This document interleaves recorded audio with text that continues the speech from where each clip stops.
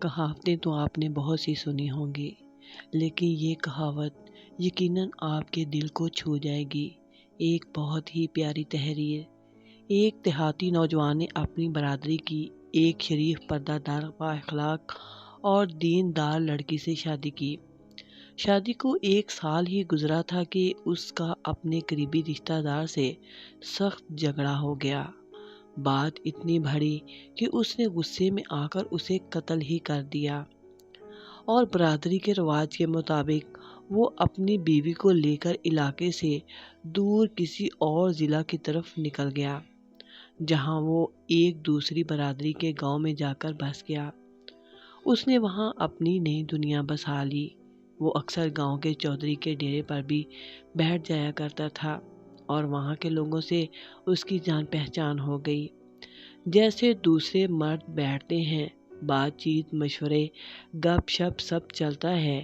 ایک دن چودھری کا گزر اس کے گھر کے سامنے سے ہوا کچھ یوں کہ اس نے اس کی بیوی کو دیکھ لیا۔ اس کی بیوی دکھنے میں بہت ہی خوبصورت، نہایت باحیا، خوبصورت اور باوقار عورت تھی۔ چودھری کے دل میں فتنہ جاگ اٹھا، کیونکہ وہ اس کے دل کو بہت بھا گئی تھی۔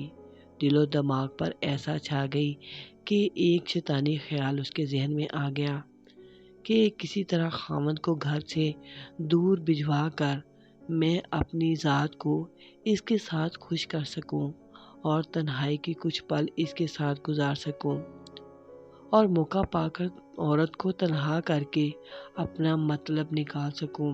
چودھری ڈیرے پر آیا، سب بیٹھے ہوئے تھے۔ ان میں وہ نوجوان بھی تھا جو کہ ان کے گاؤں میں آیا ہوا تھا اور اس عورت کا شوہر تھا۔ چودھری نے کہا کہ مجھے پتہ چلا ہے کہ فلاں علاقے میں بہت اچھی چراگاہ ہے، جس کو کھانے سے جانور خوب موٹے تازے ہو جاتے ہیں۔ میں چاہتا ہوں کہ 4 آدمی بھیجوں، جو جا کر وہ یہ دیکھ کر آئیں کہ واقعی یہ بات سچ ہے کہ نہیں۔ اب وہ اپنا جال بچھا رہا تھا۔ اس نے 4 افراد منتخب کیے اور ان میں وہ نوجوان بھی شامل تھا۔ چاروں روانہ ہو گئے۔ جگہ دور تھی، 3 دن کا راستہ تھا۔ اب چودھری کو موقع مل گیا اس کی بیوی کے پاس جانے کا۔ رات کو چودھری نے موقع دیکھا اور چپکے سے اس کے گھر کی طرف چل پڑا، کیونکہ اس کی نیت اس پر پہلے ہی خراب ہو چکی تھی۔ گھر میں بیوی اکیلی تھی اور وہ سو رہی تھی۔ چودھری اندھیرے سے دیوار سے ٹکرا کر ایک دم ادھر گر گیا۔ شور ہونے کی وجہ سے اس کو آواز آئی تو اس نے پوچھا کہ کون، کیونکہ عورت جاگ چکی تھی اور ڈرتے ہوئے بولی، کون ہے؟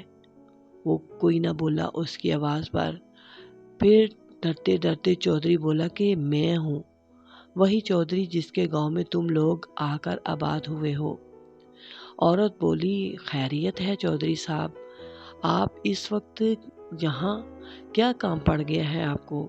چودھری بولا، جب سے تمہیں دیکھا ہے دل بے چین سا رہتا ہے، تمہارے ہی خیال آتے ہیں، تم سے دل لگا بیٹھا ہوں، اور تم تو میرے دل کو اتنی بھا گئی ہو کہ میرا دل چاہتا ہے کہ میں کچھ تنہائی کے پل تمہارے ساتھ گزاروں، تم میری ہو جاؤ۔ عورت نے پورے وقار سے جواب دیا، ٹھیک ہے، اگر واقعی تم چاہتے ہو تو پہلے میرے ایک سوال کا جواب دو۔ اگر میرا جواب صحیح ہوا تو پھر جیسا کہو گے ویسا ہوگا۔ چودھری نے خوش ہو کر کہا کہ ہاں ہاں، پوچھو پوچھو، کیونکہ وہ تو شرمندہ ہونے کا نام ہی نہیں لے رہا تھا۔ شرط منظور ہے مجھے، عورت نے کہا، جیسے گوشت خراب ہونے سے بچانے کے لیے اس پر نمک چھڑک دیا جاتا ہے کہ وہ خراب نہ ہو، اور چاول خراب ہونے سے بچانے کے لیے ان پر بھی نمک لگا دیا جاتا ہے، تو بتاؤ اگر نمک ہی خراب ہو جائے تو اسے کون ٹھیک کرے گا؟ چودھری سوچ میں پڑ گیا۔ سوچ کر آنا جلدی نہیں ہے۔ رات بیت گئی، چودھری سوچتا رہا مگر سمجھ نہ سکا۔ اگلے دن ڈیرے پر سب لوگ بیٹھے تھے۔